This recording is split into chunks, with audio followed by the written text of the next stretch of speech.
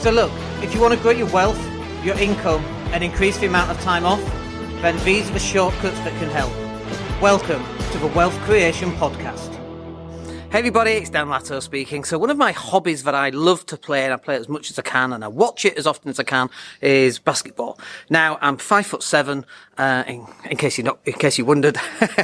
Some people said I picked up the wrong sport. I probably should have been a jockey on a horse or something like that. And then we get the usual jokes. Do you run through people's legs and all of that kind of thing? And it's like, no, we step back, we shoot the three, and we score 30 odd points a game. Thank you very much. And we win games because of that. But basketball's taught me an awful lot. It's taught me that it doesn't matter what size you are, what shape you are, what physical attributes you have. It's about making the most of what you've got. So I'm a slim guy, I'm quick, I've got a quick first step, I'm a good outside shooter, I can pass the ball, good no-look passing, I've got great peripheral vision. So using those skills, which I've developed over time, enables me to be better on court. And you're like, well, what's that got to do with business? Well, basketball's like a big man's game, isn't it? If you're 6'8" and built, then you can rebound the ball, you can dunk it back in. But basketball's not just about that. Just as business isn't just about being a great marketer or a great financials guy or being a great manager or a great director or a great strategist or a great planner. It's about having a team on board. So when I play basketball, I shoot the ball and I tell our 6'8" guy, go get me the ball. When you get it, give it back and I'll take another shot. We win so many games like that. It's exactly what we do in business. So in business, I tell our content designers to create content. They go off, they create the content, they drive traffic back to the website, we get people on the phone, and then we close them. And either I close them or a salesperson closes them, whatever it needs to be. But it's not me doing everything. Just as if it was just you running your business, you know for a fact that you can't just run your business constantly without anybody else doing it. You end up doing everything and you end up doing nothing effectively because you're so busy doing everything, from the cleaning, ordering printer toners and swapping paper and just random stuff, So that's not what being in business is about. It's a team sport. And if you can get the right team on board, that's how in the NBA, those teams win championships, by having good key players that all do different things. So the first thing that basketball taught me was that you don't have to be a certain height, a certain size. You don't have to have a particular skill set. You can have one of many skill sets and they all contribute to that team winning. The second thing that it taught me is that you can turn things around in a heartbeat. We played a game, we were like 13, 14 points down, we had 2 minutes left, we went on for a full court press and we ended up winning that game by 3 or 4 points. We were at the bottom of the league, brand new team, full of 16-year-olds we used to run. I was 18, 19 at the time, and we were playing against the top team in the league and we beat them. We beat them in the last 2 minutes of the game, full court press. We played to our strengths, which was we were young, we were aggressive, we were fast, and it took them by surprise and we turned the game around.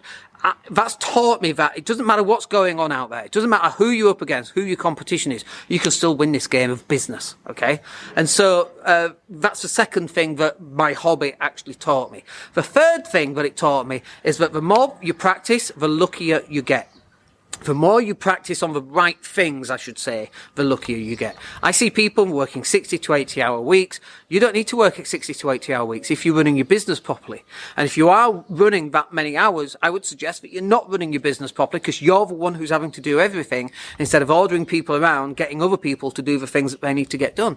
I just had a meeting with my team this morning and we're talking about my YouTube videos like this one, and that when they get uploaded to YouTube, can you schedule them out on social media on Tuesdays, Thursdays, Saturdays and Sundays. So we've always got videos going out every single day on YouTube, and then those videos are going out on social media as well. So literally that conversation it took as long as I've just explained it to you. That's how long it took, 30 seconds to a minute. Now somebody else is going to take all those videos and start putting them out there. That's my team. And the team, when people go, there's no I in team. But there is an M and an E, me, and there's an I in win as well, by the way. But it shouldn't be about that. One of the things that used to frustrate me in playing basketball and sometimes in my business is I'd have to turn into Michael Jordan to come out and win the game. And it's exhausting doing that. I don't have to do that anymore. I don't have to do that because in my business, I've got people who can step up and win the game for us because we operate as a team. It's not down to one individual person, and then if they incapacitated for some reason, the whole thing falls down. that's not how a team should work. When one person's off, another person can step in. There's no single point of failure in my business, and there shouldn't be a single point of failure in your business. And for most businesses, you are a single point of failure. And so you've got to find a way of stepping out of it, so that then you've got other people that can do those tasks. Now, obviously, you've got this issue of being able to afford to do that. At some point, you've got to take a leap of faith. We've had that several times in my businesses. And you've got to take that leap of faith. But you do that by storing up excess cash. And then when you've got enough cash to last you 3 to 6 months, then you can make that shift. Because if it doesn't work, or if it takes up to 6 months, you've still got the cash to make it work. All right, I hope that's useful for you. Just wanted to share some of the reasons why I play basketball and how that's helped me in my business. I'd like to know what hobbies you have and how that's helped you in your business. If you can let me know in the box down below, that'd be really useful. My name's Dan Latto. We'll speak to you on the next video. Take care. Hey, it's Dan here. Thank you for listening. Really appreciate each and every one of you. Please click like or subscribe to the entire podcast.